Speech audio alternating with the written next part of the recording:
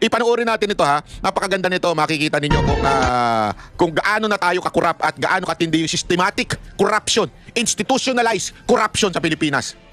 Usapan natin. Alam mo, pagka kayo nagsimula talaga, wala katutunguhan yung ating pinag-uusapan. Binabalita lang po natin dahil sa halos araw-araw. Hindi, binabaligtad nyo na yung ikot ng daigdig naman. Hindi na pwede. Halos araw-araw po, malalakas ang lindol. Ito, magnitude 6.0. Kanina, Maganda ito ha. Sandali, intro lang ito. umaga dyan po sa Surigao del Norte. Yan, bago yan, ha? Magnitude Yan ang latest. 6.0, Sen.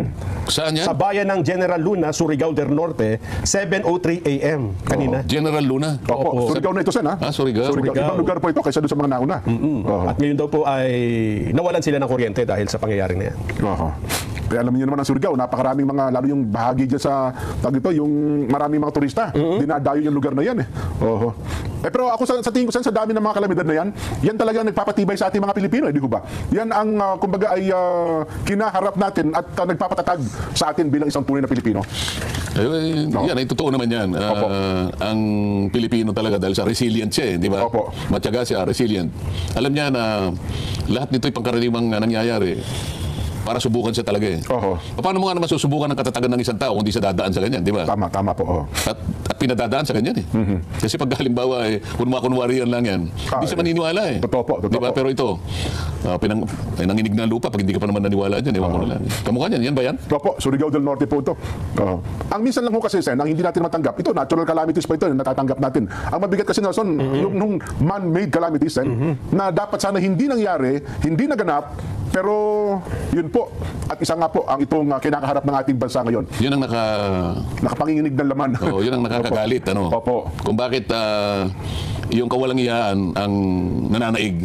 Samantalang ang dami niyang kayang isipin sa ikabubuti ng ating bansa. Opo. Kasi lalong-lalo na may pinag-aralan naman sila eh. Yan, opo. Sana man lang kung alam mo na itong mga taong ito hindi nakatuntong sa paaralan eh. Kahit grade 2 hindi umabot eh. Di ba? O kaya naman, wala silang kinagisnan na pamilya. Ang mga kahalubilo nila ay puro mga hayop sa kagubatan. Nako, oo. Pati salita ng mga hayop eh, naiintindihan nila. Baka sakaling masasabi mo nang dahil sa kanilang pinagmulan, kaya nakaisip ng ganun eh. Pero itong mga taong nagsimula nitong pinag-uusapan natin, yung flood control. Ay, opo, isa po yan. Opo. Paano mong iisipin, nagsipag-aral sa mga mabubuting paaralan? Yung iba eh, mamahaling eskwelahan pa talaga. yung iba nagsipasok pa sa seminaryo eh. Meron pa ba? Talaga, Ang tinutukoy niya dito yung mga politiko eh, di ba? Na merong pinag-aralan, maayos ang pinag-aralan, pero bakit ganun? Kaya sabi ko nga sa inyo, wala talaga sa pinag-aralan yan eh. Hindi, totoo. Kasi bakit ganun? Bakit yung iba pa nga, nagseminaryo eh. Hindi, alam mo, matindi itong ganitong klaseng sitwasyon sa Pilipinas. Kasi alam mo naman sa Pilipinas eh, yung mga feeling educated, di ba? Lalo na yung tatlong tanga. Kilala niyo yung tatlong tanga? Na feeling educated. Pero pag titignan mo logic, wala. Ito naman, sinasabi dito, yung mga mambabatas natin, mga government official, ang tatalino, Harvard, Oxford. Pero grabe ang morality, yung corruption sa puso. Di ba? Wala kung sino? Hindi, wala kong Mamaya sasabihin ko sa iyo. Sige. Magtataka ka kung bakit parang nasaniban eh. Hindi Hindi pa karaniwan itong nangyaring ito eh. Ito na siguro ang pinakamalala, siguro lantaran at walang pakundangan na pagnanakaw sa kaban ng bayan. Paano mo iisipin na kaya nilang gawin yun nang hindi man lang sila nagkaroon ng konting remorse sa sarili nila? Yung pag-aalinlangan, yung pag-aatubili, hindi eh. Systematic. Talagang pinlano. Isip-isipin mo yung pagnanakaw nagsimula sa budget mismo.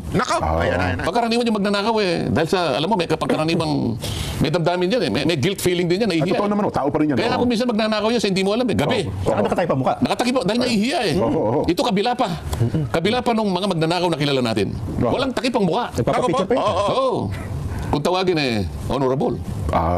Ito na yung nakikita kong pinakalundo. Pinakamalala, pinaka-worst. Pinakamalala. Sapagkat alam mo, ano na ito eh, yung... Ewan ko, Nelson, sa avatar mo, kung mayroon kang makukuha isang salita na po pwedeng aakma, madidescribe mo. Yung sidhi ng kanilang anong tawag doon? Yung wala nang kasapatan eh. Hindi na milyon ito, hindi na bilyon eh. Trilyon ang pinag-uusapan dito. At sana man lang, yung perang pinag-uusapan natin ay hindi makadidisgrasya sa bansa natin. Lalong-lalo na sa marami nating kababayan na kung makikita mo kalagayan sa buhay. Wala nga pagpagamot eh. Pagkain, talagang makikita mo, hindi makapag-aral. Makikita mo yung pinuntang ko sa Agusan. Ni chinelas, wala yung mga bata eh. Totoo. Kaya mabuti na lang yung kasama ko, Mabuti na naisip niya. Sabi ko, bakit naman ka ako yung mga tsinelas, hindi pare-pareho ka ako yung kulay. Kaya mo na ko, sabi niya, importante lang, meron silang... Sabi sa paa. Oo, isip mo yung kaliwa, berde, yung kanan, blue eh. Butas pa yan. Oo. Pero kahit pa paano, nabigyan lahat ng tsinelas. mga bata. Tsinelas pala, at least nakapagpasaya po sa kanila. Oo, pero kung titingnan mo, bakit nagkaganon yun eh? Walang-wala talaga eh. Pagkatapos itong mga taong ito, napakalakas ng, ewan ko, yung influence sa sarili. Hindi ko malaman kung saan nila kinuha yung lakas ng loob para gawin nila yon sa ating bansa. May ginamit kayong termino dyan, Sen, eh. Halang ang kaluluwa. Yung, Hindi naman akin yun eh. Ay, di ba? Halang ang bituka. Iba kasi halang ang bituka sa halang ang kaluluwa eh. Hindi kasi ako nung ako'y... alang ang kaluluwa. Hindi, totoo nga. Bigyan ko kayo ng kwento. Mamaya, ikikwento ko ulit sa inyo. Five pa lang, mahilig na ako sa sine, dyan eh. Opo. Alam mo naman pagka yung mga Opo. kontrabida nag-away. Opo. Ha? Yung Fernando Po Jr. Ano Oo, yung... pagkatapos eh, yung, alam mo yung Mary Walter, di ba? Kilala mo yun eh. Opo. Ikaw naman eh. Official ng Red Cross po. Sen, ang tanda na nun ah. Napakapaghalataan kayo ah. Yan eh. Hindi ba si Si Mary Walter. Mary Walter, hindi ko malaman kung sinong kasama niya, si Ruben Rustia yata yun. Oo. O kapag ka pinagsasabihan yung mga magnanakaw ng kalabaw noon eh. Kalabaw pa lang ang ninanakaw noon eh. Pagkatapos eh, meron pang mamamatay doon sa eksena na yun. Magsasalita yung Mary Walter. Oo. Mga halangang kaluluwa. Yan, Sabi niya. Doon ko mga halangang kaluluwa. So na-internalize ko yung, may di-describe niya pagka yung mga bagay na talaga nakapanlulo mo. Opo. Na kapag bibigay ng masiting kalungkutan. Nasasabi mo yung mga katagalan na yun. Halang ang kaluluwa. Kasi pagka halang ang kaluluwa, hindi mo na iniisip kung ano yung mabuti. Wala ka nang iniisip, hindi mo na naiisip kung ano magiging kahihinatnan, Tama. anong epekto, anong impact nito sa lipunan, sa bansa mo na ginagalawan. Lalong-lalo na yung mga mamamayan. Wala, hindi mo na iniisip yun. Mabuti Ang pa iniisip yung- mo na lang, yung pansarili mo. Hindi ko nga malaman, gaano bang pera ang kailangan nila? Oo nga no. Di ba? Oo. Well, biblically Sen, eh, talagang ano yan eh. Walang Kabusugan. walang kasapatan. Kaya yung sinasabi ni Nelson kanina na habang kayong dalawa minimake-upan, Opo. ano kaya mabuti nating gawin? Yan nga Paano po, mabuti nating i-propose sa kanila sa gitna ng pinag-uusap? Ang pinag-uusapan dito mga kababayan, kung bakit bagang, kasi yung iba, dati, slight lang. Yung magnanakaw lang. Diba? Para sa sarili, magnanakaw lang ng bahagya. I mean, bagamat sa ano eh, magnanakaw, pero hindi mo naman sasagarin to the point na you would step on someone, di ba? Or you would damage someone. Or may madidisgrasya ka, di ba? Hindi, ngayon hindi na eh.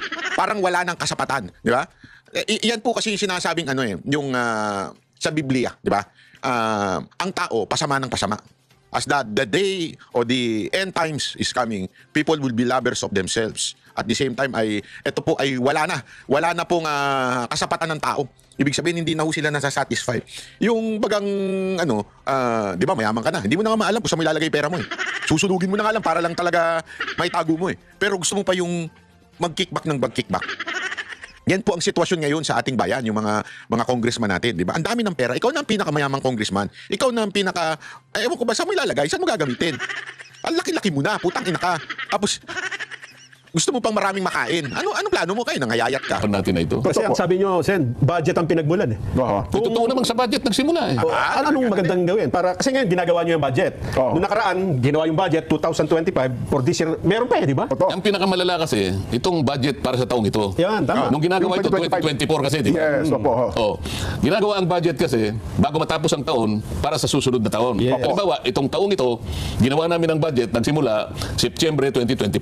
Pagkaraniwan, Agosto pa nga kung minsan eh. Opo. Dahil lang ibibigay sa inyo mga July, August. Karamihan pagkatapos ng SONA, Sen. So di ba? September pa lang, agaran mo ng babanatan yan. Opo. So Deliberasyon. kinakailangan matapos ang House of Representatives, mga Oktubre man lang, o kaya katapusan na September, Opo. sapagkat yan ay dadalhin sa Senado para doon naman ihimayin at kung merong hindi pagkakaunawaan sa dalawang version na yan, pag-iisahin, ito nga yung tinatawag na bicameral conference. Yan, opo. Ayan, nakita mo naman ang nangyari sa 2025. Ito lamang ang budget na umabot sa Korte Suprema sa aking pagkakaalam. Kinwestiyon pa po yung sa Korte Suprema. Wala namang pumunta sa Korte Suprema para questionin ang budget na ito eh. Sapagkat ito lamang ang budget Oo. na pagkatapos ng bicameral conference, katakot-takot na blanco ang nandun. Ngayon, wala pa akong nakitang ganun eh. At hanggang ngayon, Sen, hindi pa nare-resolve po yan, ha? Wala pang resolution ng... Kinalimutan na nga nila yan eh, yung pinaka-corrupt na ganyan. Mantakin mo, saan mo makakakita na pinasa yung budget na blanco? Di ba? Ang lupit nun, Brad. Blanco. Para bagang nagbayad ka sa tao, ito, bayad ko sa utang ko, blank check. Di ba? Mantakin mo yung blank check, blank na budget. O, ibig sabihin nun, kahit ano ilagay dyan. Supreme Court yan. O paano ma-resolve ba? hindi naman gumagalaw ang Korte Suprema, hindi siguro malaman. Ngayon lang nangyari kasi sa buhay ng ating bansa. Totoo. Napatala sa kasaysayan ng ating bansa sa kauna-unahang pagkakataon na natapos ang bicameral conference, tinadtad ng blanco. Oho. Ngayon, lahat nagtatanong, sino ang pinakamagaling na naglagay ng mga Sagot doon sa blanco Sagot doon sa mga blanco. Kasi pati yung mga pumirma sinasabing, meron kami nagaganyan. kasi kung tayo ay nasa eskwela, Opo. lalong-lalo na nung tayo nasa primary school. Nako, Hindi ba, Nelson? Oho. Si Nelson, ang pinaka gusto niya yung filling the blanks. Madali yung kasi, ano? Kasi kapag matalino ang tao, gusto niya filling the blanks. Si Jen naman kasi hindi masyadong matalino, gusto niya multiple choice. Baka sakaling may tumama. Di ba? Sabi ni Jen, hello, Pabireds. May tsamba ito. May tsamba ko rito. Lahat A. Kaya lang si Nelson, kung mo naniniwala, sigurado niya. Mas gusto ko kanya yung filling the blanks. Yan, Di ba? Tama po, tama. Sapagkat kapag wala ka talagang ni-review, masisiro ka talaga doon. Hindi mo may invento yun eh. Totoo po. Di ba? Isip-isipin mo naman. 28 blanco ang nakita ko Ayun. na ikinalat sa siguro mga 12 pahina. Sino yung pinakamagaling na tao na naglagay ng... Paano niya nailagay yun? Hanggang ngayon, Sen, wala pang lumulutang kung sino sumagot doon, ha? Walang gustong magsabi. Opo. Sabing ganun ng ibang haka-haka. Baka naman kayo dun sa House of Representatives ang gumawa niyan. Dahil dyan naman ipiprint eh. Kayo magpapaprint yan eh. Opo. Hindi kanya, baka sa DBM. Hindi baka sa Malacanang. Sino nga, di ba? Ayan. Kailangan kasi matukoy mo kung sino. Isip-isipin mo naman. Sana nasabi ko na sa inyo. Karaniwan magsisimula ang debate September, Oktubre. Alam mo, ito yan yung pino-point out ni yung congressman sa Davao, 'di ba? Pino-point out niya yan eh. Para bagang sinasabi niya, sandali, may blanco sa budget. Noong una, sinasabi na mumulitika lang daw siya, 'di ba? Nung congressman na yon kasi maka Duterte siya, taga Davao na congressman. Pero eventually ngayon, lahat na nagsasabi talaga na corrupt yung budget. So, all along, tama pala yung sinasabi ni Congressman Ungab, 'di ba? Na tama yung talagang merong discrepancy o may mali doon sa nangyari doon sa budget. Pambihira. Akala ko ba nung una na sinasabi ninyo mali, fake news. Ito. Yeah? Diembre. Opo. O di 3 buwan. Hanggang sa umabot yan sa Baicam nga. Opo. Kumisan nga, halos matapos ng Disyembre. Nag-aalala na nga Diba? marami. Kasi kapag hindi mo natapos ng Disyembre, maliliinak yun. Okay. Palagay mo na lang 3 buwan. 3 buwan at kalahati kayong nagdidebate. Pagkatapos isang tao lang, ang gagawa ng... Doon lang pala ayusin. Babaliwala pala lahat ng debate ninyo. Uy, bakit tayo nagdebate? Nagpagod pa tayo na kung minsan nga inuumaga pa tayo ng kakadebate riyan. Pagkatapos isang tao lang ngingiti-ngiti. Ha? Ngingisi-ngisi Sa gitna ng pusikit na karimlan, may daladalang ballpen. May dala-dala. Nagsasagutan yung mga blanco. Yung ballpen na yun ang pinakamakapangyarihan sa lahat ng ballpen. Isipin mo. Siya ang susulat. Alam mo yung budget natin, katumbas ng isang cheque lang. Opo. Sabi nila, ayan ang budget.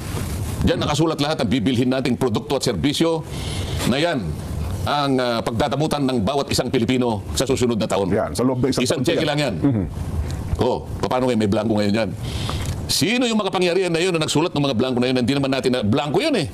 Oo nga po, no? Hanggang ngayon nga walang maamin. Hanggang ngayon, pinag-iisipan ng Korte Suprema, paano natin bibigyan ng kasagutan ito? Yeah. Sapagkat ang iniisip sen kasagutan, para ito huwag nang maulit, paano ito susolusunan, 300 mahigit na mababatas sa Kamara, 24 na senador, meron bang nakapag-isip sa inyo? Halimbawa, sa inyo pong mga mababatas, kung paano nga kaya mahihinto o masusolusunan itong problema ho ng pambansang budget natin? Hindi kasi ako nagkaroon ng idea. Kaya nga nagkakaroon ng ganong mga eskema eh. Kaya nagkakaroon ng ganong mga adventurism. O nakapag-iisip sila ng kung ano-anong kaparaanan para nga makagawa sila ng bagay-bagay na kanilang pagsasaluhan. Pagkakakitaan. Yan, opo. Nakita ko na eh nung ako'y nung nandun ako sa Blue Ribbon Committee. Ano ba ako yung bakit meron na tayong NEP? Yung NEP, ito yung National Expenditure Program na ang nagpupundar nito sa umpisa, yung tinatawag na Development Budget Coordinating Council. Ito yung DBCC? Ito yung DBCC. Sila pala bumubuo ng NEP? Kasama sila doon. Okay. Pagkatapos, kasi pasisimulan nila, sila yung magsisimulan ng mga general principles kasi. So, ang DBCC, sila yung magsasabi ng ating mga economic variables. Yung mga economic assumptions natin, kinakailangan ito yung ating magiging parametro. So sasabihin niya, kailangan ang inflation natin, ang rate of inflation ay kunyari hindi tataas sa 4%. Yung ating debt to GDP ratio ganito. Yung ating ekonomiya kinakailangan lumago tayo between 5.5 to 6%. Ito yung mga economic variables. So mula doon sa mga variables na yon, magsasubmit ngayon ng kani-kanyang budget ang lahat ng ahensya ng gobyerno.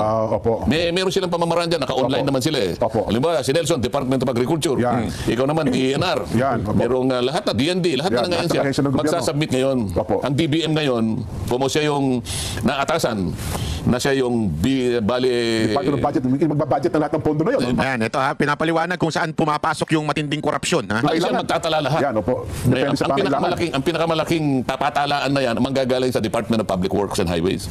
DPWH pala. Inamin niya na wala siyang masyadong control doon sapagkat specialized agency daw ito. Kaya minsan, Oh, nakita ninyo?